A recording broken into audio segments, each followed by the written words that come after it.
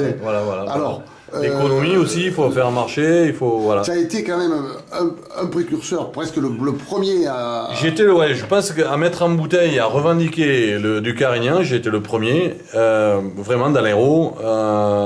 Il y avait quelques producteurs qui faisaient des vins à dominante Carignan en Corbière.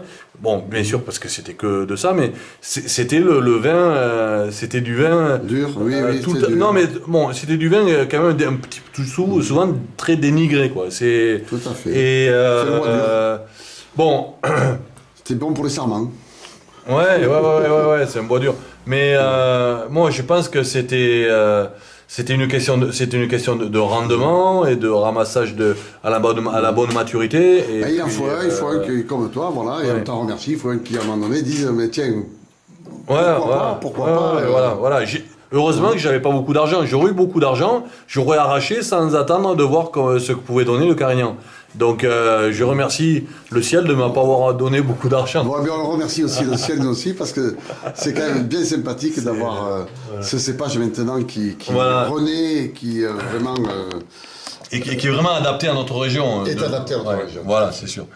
Ensuite, bon, il y a le Montpérou qui est... Donc, je l'appelle le Montpérou, c'est en appellation...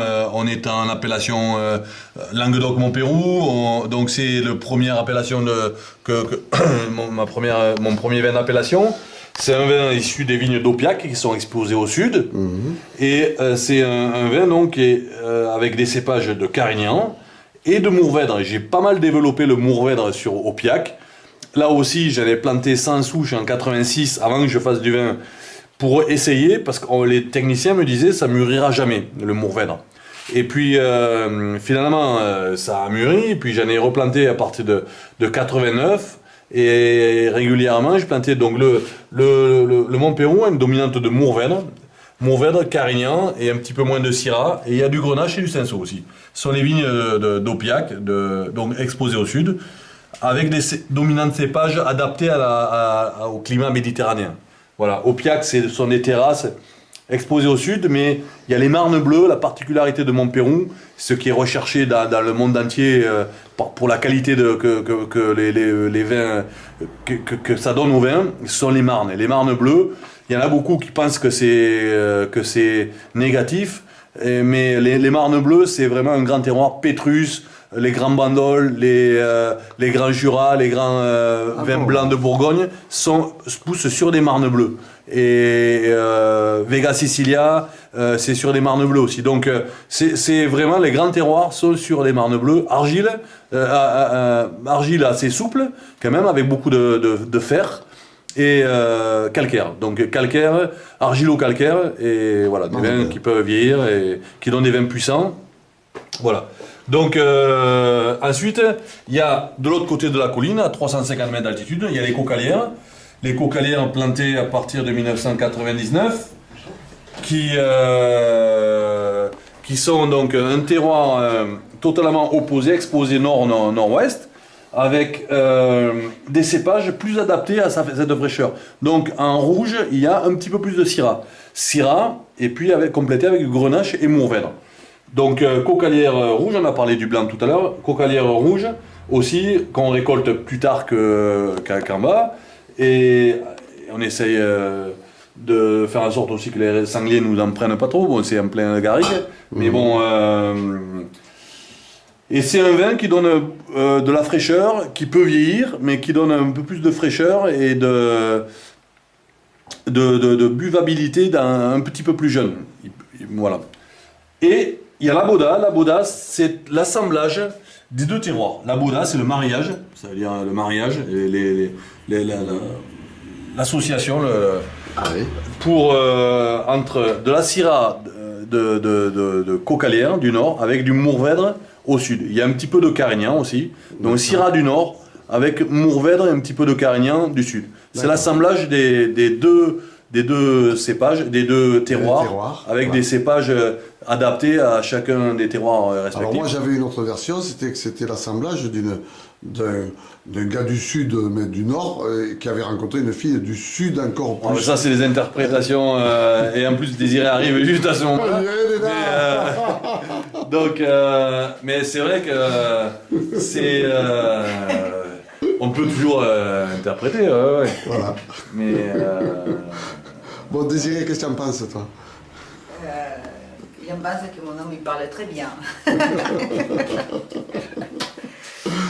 Et donc, voilà, donc on est une bonne équipe.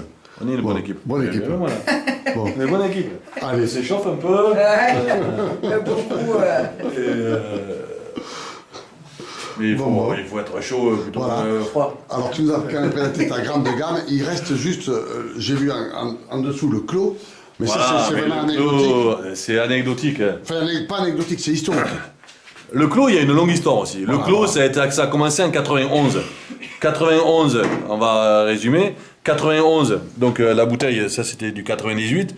91, c'était une cuvée que j'avais fait avec de la Syrah, dominante Syrah. Grand succès, je vendais le double, j'ai tout vendu. Mais après, je me suis dit, waouh, je vais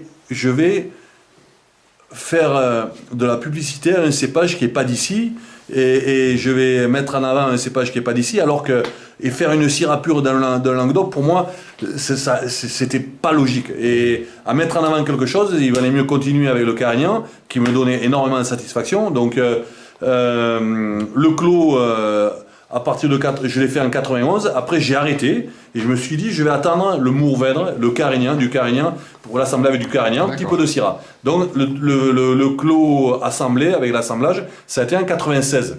C'est un très long élevage, des bois un petit peu plus récents, donc c'est vrai que des vignes un petit peu sélectionnées, mais donc l'autre clos, ça s'appelait vraiment la sélection du clos, le premier cuvée du clos. Et puis après, ça s'appelait le clos en 96. J'en ai fait en 96, 98, 99 et 2000. Comme il y a des bois plus récents, après 2001, j'ai eu des mauvais bois. Des bois qui donnaient de côté toasté, un petit peu avec des tanins secs, parce que c'était issu de bois qui avaient séché en étuve. Donc ça me donnait pas ce que je voulais. Et je voulais pas vendre mon âme en vendant un vin qui me satisfaisait pas. En plus, c'était la mode du bois neuf, donc je voulais pas et je voulais pas que mon vin ait ces goûts-là. Donc j'ai arrêté le clos à partir de 2000, depuis 2000. Et puis j'ai essayé des barriques, des tonneliers, etc. Donc j'ai retrouvé depuis quelques années un tonnelier et une formule aussi. On peut savoir lequel? Non, bon, en fait, je pense qu'il doit y en avoir, de plus en plus, mais c'est un tonnelier qui laisse sécher pendant 36 mois les bois dehors. C'est tonnerie de l'Adour. Et c'est un petit tonnelier, mais je veux pas faire la publicité. Après, les gens ils vont y aller en chercher et j'aurai plus de tonneaux pour moi. Donc, donc je pense qu'il y a d'autres tonneliers aussi qui... On brouillera le nom. Ouais, voilà.